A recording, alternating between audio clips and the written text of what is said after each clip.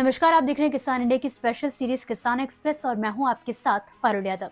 चलिए बिना देर की नजर डालते हैं आज की 5 बड़ी हेडलाइंस पर। पशुपालन और डेयरी को मिलेगा बढ़ावा, 5 साल में 6,472 करोड़ खर्च। गेहूं खरीद शुरू, एमएसपी में 160 रुपए की बढ़ोतरी, किसान ऐसे करे पंजीकरण। जम्मू कश्मीर बजट में कृषि पर फोकस, सिंचाई उपकरणों पर 25% सब्सिडी। किसान सम्मान निधि बढ़ाने की तैयारी, राशि दोगुनी करने की घोषणा। प्याज के दामों में तेजी से गिरावट, 25% दाम गिरने से किसानों में नाराजगी। पशुपालन और डेयरी को मिलेगा बढ़ावा, गांव की अर्थव्यवस्था में पशुपालन हमेशा से आय का मजबूत आधार रहा है। दूध, घी और डेयरी उत्पादों से लाखों परिवार अपनी रोजी रोटी चलाते हैं। अब मध्य प्रदेश के पशुपालकों के लिए बड़ी राहत की खबर है। राज्य सरकार ने पशुपालन और डेयरी से जुड़ी प्रमुख योजनाओं को अगले 5 साल तक जारी रखने का फैसला किया है। मंत्री परिषद की मंजूरी के बाद वर्ष 2026-27 से 2030-31 तक के लिए 6,472 करोड़ 18 लाख रुपए का बजट स्वीकृत किया गया है। सरकार का उद्देश्य पशुपालन ढांचे को मजबूत करना और गाँव में रोजगार के अवसर पैदा करना है। इस फैसले के तहत कामधेनु योजना, पशु विकास व गौ संवर्धन योजना और पशु चिकित्सा शिक्षा से जुड़ी योजनाएं जारी रहेंगी। इन योजनाओं में दुधारू पशुओं की नस्ल सुधार, स्वास्थ्य सेवाओं और देखभाल पर खास ध्यान दिया जाएगा। बेहतर नस्ल और बेहतर इलाज से दूध उत्पादन बढ़ेगा और पशुपालकों की आय में स्थिरता आएगी। सरकार का मानना है कि पशुपालन खेती का सहायक नहीं बल्कि आय का मजबूत जरिया बन सकता है। ये फैसला पशुपालकों के लिए एक नई उम्मीद लेकर आया है। गेहूं एमएसपी में 160 रुपए की बढ़ोतरी, मध्य प्रदेश के गेहूं किसानों के लिए बड़ी राहत की खबर है। रबी विपणन वर्ष 2026-27 के तहत गेहूं खरीदी 7 फरवरी से शुरू हो रही है। इस बार किसानों को बेहतर दाम मिलेगा क्योंकि केंद्र सरकार ने गेहूं का एमएसपी 160 रुपए बढ़ाकर 2585 रुपए प्रति क्विंटल कर दिया है।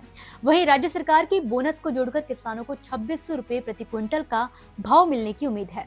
इस सीजन में किसानों ने रिकॉर्ड स्तर पर गेहूं की बुआई की है। प्रदेश के 9 लाख से ज्यादा किसानों ने 10 लाख एकड़ से अधिक क्षेत्र में खेती की है। सरकार को इस बार 80 लाख मीट्रिक टन गेहूं खरीदी की उम्मीद है, जो पिछले साल से कई ज्यादा होगी। सरकार ने गेहूं खरीदी के लिए पंजीयन प्रक्रिया 7 फरवरी से 7 मार्च तक शुरू की है। किसान एमपी किसान ऐप, सहकारी समितियों और सुविधा केंद्रों पर पंजीयन करा सकते हैं। भुगतान सीधे आधार लिंक बैंक खाते में किया जाएगा। हर जिले में किसानों की मदद के लिए कंट्रोल रूम भी बनाए गए हैं। ये फैसला गेहूं किसानों की आय बढ़ाने की दिशा में बड़ा कदम माना जा रहा है। सिंचाई उपकरणों पर 25% सब्सिडी। जम्मू कश्मीर सरकार ने बजट 2026-27 पेश करते हुए व्यापार और ग्रामीण विकास पर बड़ा फोकस रखा है। मुख्यमंत्री उमर अब्दुल्ला ने जम्मू विधानसभा में बजट पेश करते हुए कहा कि इसका उद्देश्य प्रदेश के हर वर्ग का जीवन आसान बनाना है। बजट में कृषि विकास के लिए 257 करोड़ रुपए का प्रावधान किया गया है। किसानों को राहत देते हुए माइक्रो इरिगेशन उपकरणों पर 25% की सब्सिडी देने का भी ऐलान किया गया है, जिससे सिंचाई व्यवस्था आधुनिक बनेगी और फसल उत्पादन बढ़ेगा। ग्रामीण और शहरी गरीबों के लिए सरकार ने 40,000 नए घर देने की घोषणा की है, जबकि डेयरी यूनिट लगाने के लिए भी सब्सिडी और फंड का प्रावधान किया गया है। रोजगार को बढ़ावा देने के लिए 23,000 सरकारी पदों पर भर्तियां की जाएंगी। बजट में अनाथ बच्चों को अन्न योजना के तहत 4,000 रुपए की सहायता, अखरोट और रेशम किसानों के लिए नई सब्सिडी योजनाएं और आदिवासी कल्याण पर विशेष जोर दिया जाएगा। स्वास्थ्य सेवाओं को मजबूत करने के लिए मोबाइल अस्पताल और आधुनिक जांच सुविधाएं भी बढ़ाई जाएंगी। किसान सम्मान निधि बढ़ाने की तैयारी। राजस्थान के किसानों के लिए बड़ी राहत की खबर सामने आई है। केंद्र सरकार जहां पीएम किसान सम्मान निधि के तहत किसानों को सालाना 6,000 रुपए दे रही है, तो वहीं राजस्थान सरकार मुख्यमंत्री किसान सम्मान निधि के रूप में 3,000 रुपए की सहायता भी किसानों को अलग से उपलब्ध करा रही है। अब मुख्यमंत्री भजनलाल शर्मा ने इस राशि को और बढ़ाने के संकेत दे दिए हैं। विधानसभा में राज्यपाल के अभिभाषण पर धन्यवाद प्रस्ताव का जवाब देते हुए मुख्यमंत्री ने कहा कि सरकार किसान सम्मान निधि को भविष्य में दोगुना करने की दिशा में काम कर रही है। मुख्यमंत्री ने बताया कि बीते 2 सालों में राज्य की आर्थिक स्थिति में सुधार हुआ है और महंगाई दर में भी बड़ी गिरावट आई है।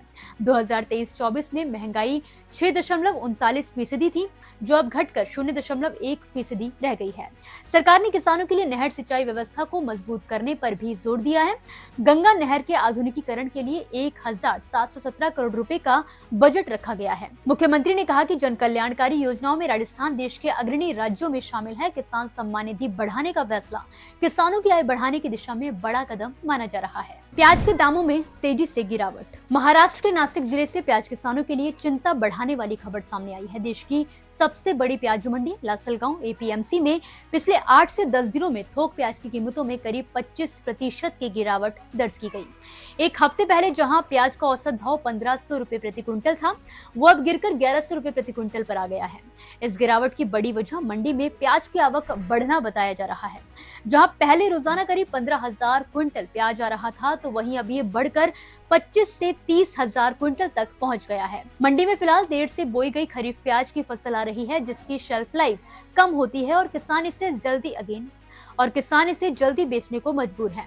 महाराष्ट्र राज्य प्याज उत्पादक संघ के अनुसार प्याज उगाने की लागत करीब 1800 रुपए प्रति क्विंटल है। ऐसे में मौजूदा दाम किसानों को भारी नुकसान दे रहे हैं। संघ ने सरकार से 500 रुपए प्रति क्विंटल अनुदान देने की मांग की है। किसान गिरती कीमतों के लिए निर्यात नीति को जिम्मेदार ठहरा रहे हैं। इसी के साथ दोस्तों, फिलहाल के लिए किसान एक्सप्रेस की 5 बड़ी खबरों में बस इतना ही। आप मुझे दीजिए इजाजत और इसी तरह खेती किसानी से जुड़ी जरूरी और बड़ी खबरों के लिए आप देखते रहिए किसान इंडिया। धन्यवाद।